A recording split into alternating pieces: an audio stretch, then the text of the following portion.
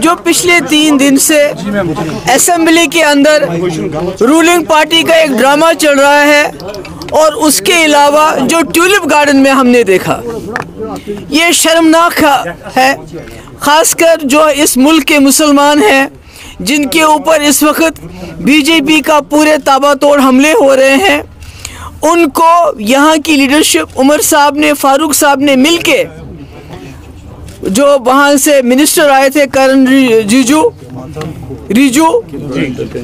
रिजू जो यहाँ आए थे, उनका इस्तेकबाल करके उन्होंने पूरे मुल्क के मुसलमानों को ये पैगाम दिया कि जो आपके साथ इस वक्त पार्लियामेंट के अंदर हुआ, जो वक्त में अमेंडमेंट लाया गया, उसके साथ यहाँ की सरकार है, उसके खिलाफ नहीं है। जिससे मैं समझती हूँ हमारे मुल्क के जो मुसलमान हैं उनकी हिम्मत ऑलरेडी जो टूट चुकी है, जो एलिनेटेड फील करते हैं, जो मुसीबत में फील करते हैं, मुझे लगता है उनके लिए ये बहुत ही बुरा पैगाम था जो यहाँ से चला गया।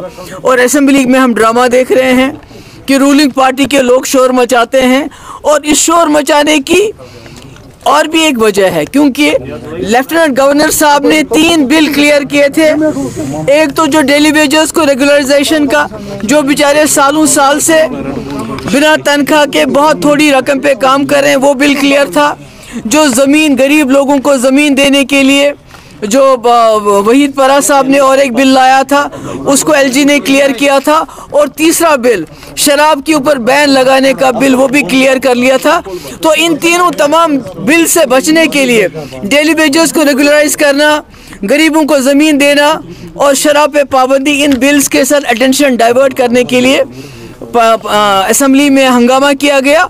और ये हंगामा इसलिए भी किया गया ताकि जिस तरह से इस्तेमाल किया गया किरण रिजू का यहाँ पर, जिसने ये अमेंडमेंट बिल लाया पार्लियामेंट में, और जिस तरह फारूक साहब और उमर साहब ने उनका यहाँ इस्तेकबाल किया, उससे ध्यान हटाने के लिए असेंबली में पिछले 3 दिन से तमाशा हो रहा था।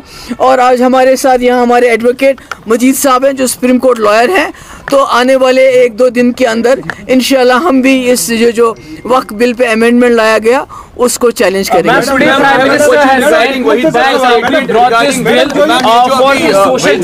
एक बात करूँ, किया है concern regarding this domicile certificates non locals के लिए, उस पर आपका क्या रिएक्शन? नहीं, देखिए ये तो कोई नई बात नहीं है। जो हो रहा है, यहाँ सैटेलाइट टाउन्स बन रहे हैं, उमर साहब उस पर खामोश है। लाखों कनाल जमीन दी जा रही है, किसके लिए दी जा रही है? ये जो नॉन लोकल्स 83,000, आप मुल्क के अंदर कहीं भी नहीं देखेंगे इतने लोगों को एक साथ 2 साल के अंदर डोमिसाइल मिला हो।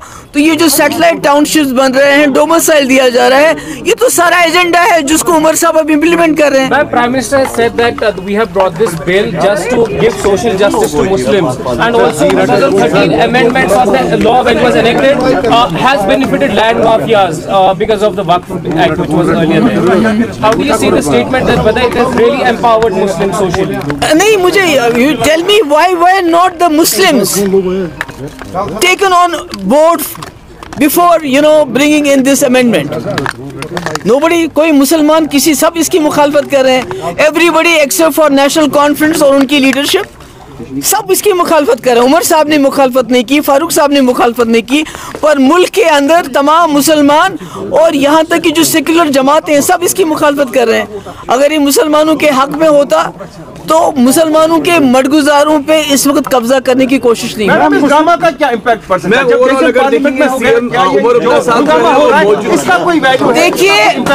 देखिए उमर साहब को इंडियन असेंबली में होना चाहिए था और खड़े होकर ये बात कहनी चाहिए थी, जिसे तमिलनाडु में सरकार ने कहा हम इम्प्लीमेंट नहीं करेंगे, इसी तरह उमर साहब को भी कहना चाहिए था हम इसको यहाँ इम्प्लीमेंट